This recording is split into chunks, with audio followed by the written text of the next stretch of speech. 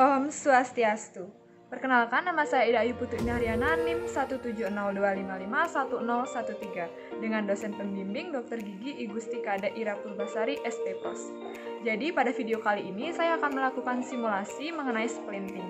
Nah, pada kali ini saya akan melakukan dua teknik splinting, yaitu teknik ASIC wiring dan juga Cold-Stouts multi-loop wiring.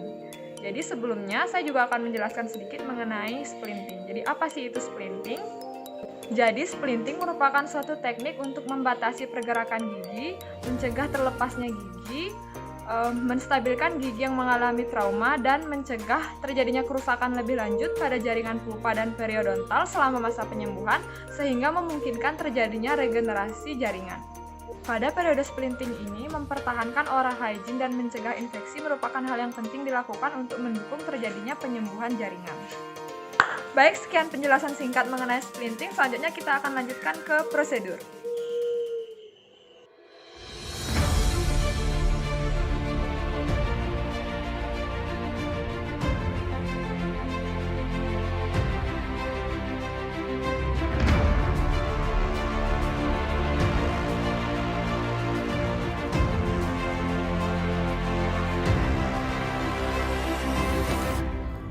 Instrumen yang diperlukan adalah sebuah model gigi yang telah dilubangi bagian interdentalnya. Kemudian wiremannium 0,4. Selanjutnya adalah sonde. Sonde berfungsi untuk memastikan apakah fiksasi yang dilakukan sudah fix atau erat. Selanjutnya adalah needle holder, baik yang Matthew ataupun yang Mayo Heigar. Selanjutnya adalah tang potong untuk memotong kelebihan dari kawat. ASIC wiring. Jadi teknik splinting interdental ASIC wiring ini merupakan suatu teknik yang bertujuan untuk mendistribusikan tekanan dari gigi yang mengalami kegoyangan sehingga tekanannya itu disebarkan ke gigi tetangganya dan memperoleh dukungan yang lebih. ASIC wiring ini diindikasikan untuk fraktur dentoalveolar yang terjadi pada lengkung rahang dan juga dapat digunakan sebagai penguat dari intermaxillary fixation.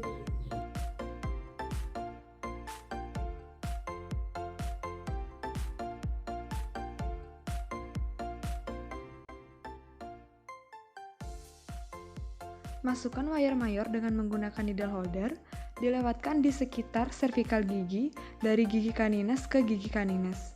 Satu ujung dimasukkan dari distobuccal canines kanan, menyusuri cervical gigi geligi, dan keluar di distobuccal canines kiri. Kemudian, satukan ujung wire di distal canines kanan dan buat pilinan ringan. Pilinan dibuat ringan agar saat memasukkan wire di interdental, itu dapat dilakukan adaptasi yang baik.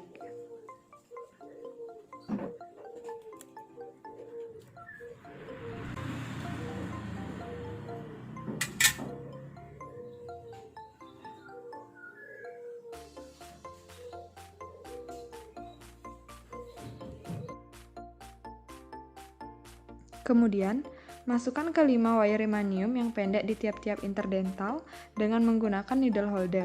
Satu ujung masuk dari labio cervical di bawah wire mayor dan keluar melalui linguo incisal dan masukkan kembali ke arah labial di atas wire mayor. Kemudian satukan dan pilin.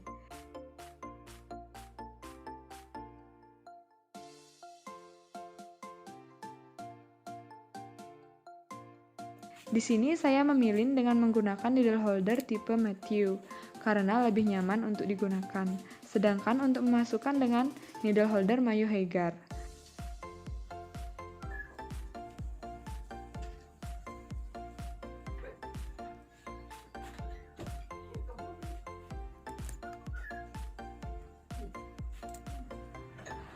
Kemudian setelah itu, cek baik wire panjang maupun pendek agar fit dan tidak bergerak dengan menggunakan sonde. Lakukan satu persatu. Perhatikan letak wire mayor tetap di cervical dan dalam keadaan menempel erat di setiap cervical gigi yang dilewati. Persyaratan untuk jenis wiring ini adalah harus ada jumlah gigi yang cukup di kedua garis fraktur untuk dijadikan sebagai penyangga, yaitu untuk area stabilisasi yang dipilih minimal 3 gigi dari garis fraktur.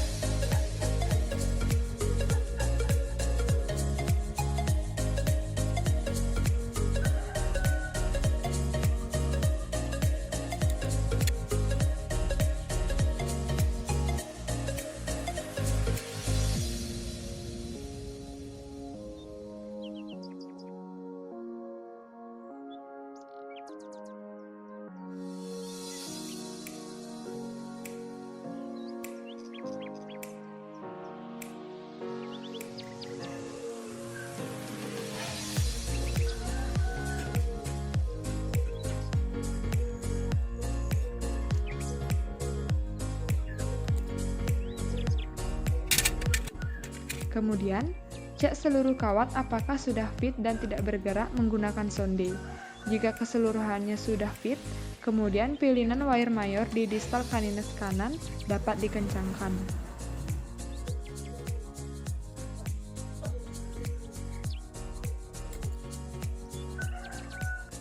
Selanjutnya, potong wire minor, menyisakan 3-4 mili untuk dimasukkan ke dalam ruang interdental. Begitu juga dengan wire mayor.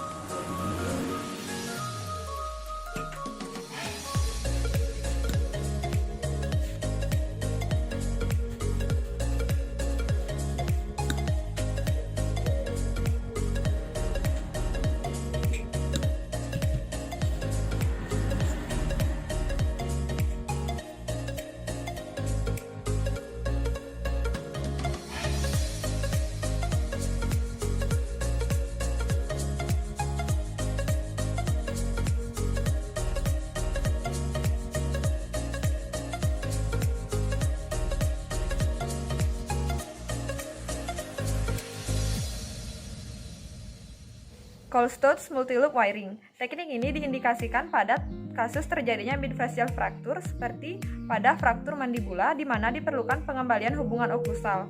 Pada hal ini diperlukan pengembalian hubungan oklusal dan menempatkan maksila pada posisi yang benar dengan hubungannya dengan mandibula.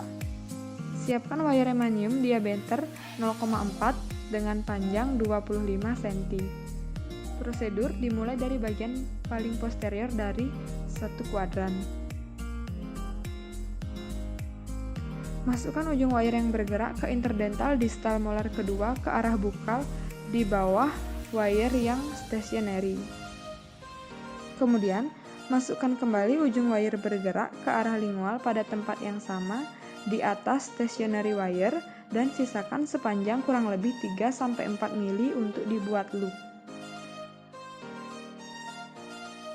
Lakukan prosedur ini berulang di tiap interdental sampai distal gigi canines.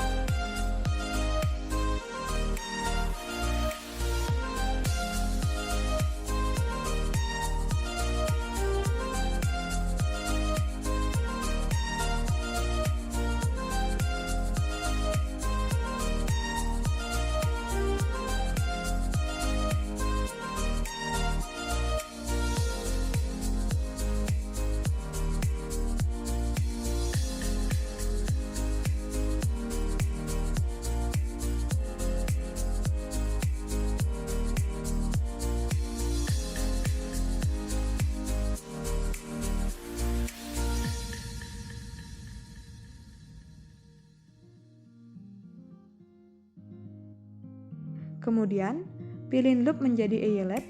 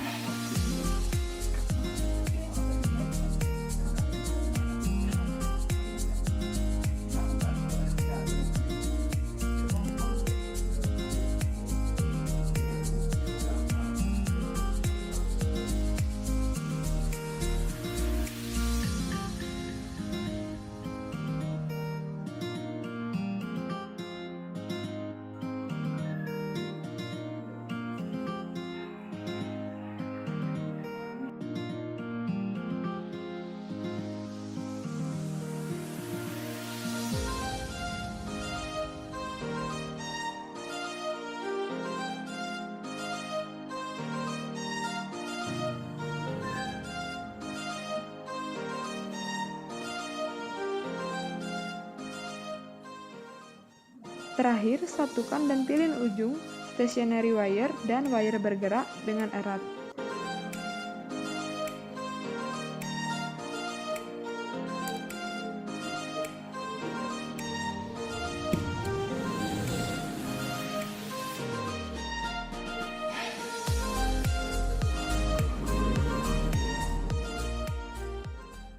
Kemudian potong secukupnya dan masukkan ke ruang interdental.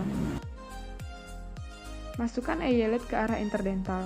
Saat dimasukkan ke interdental, tinggi eyelet tidak melebihi tinggi oklusal agar tidak menyebabkan traumatik oklusi.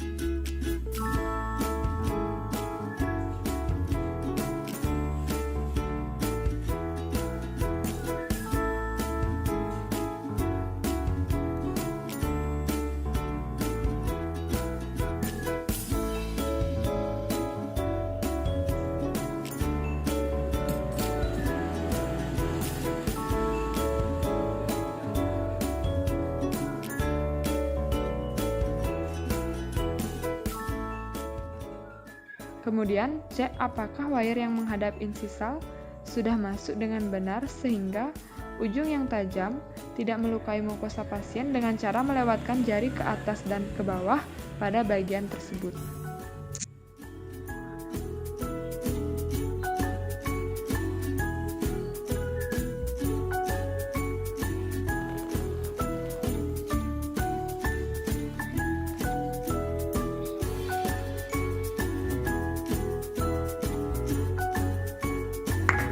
Sekian yang dapat saya sampaikan. Apabila terdapat kesalahan, saya mohon maaf. Saya akhiri dengan Parama Santi. Om Santi Santi.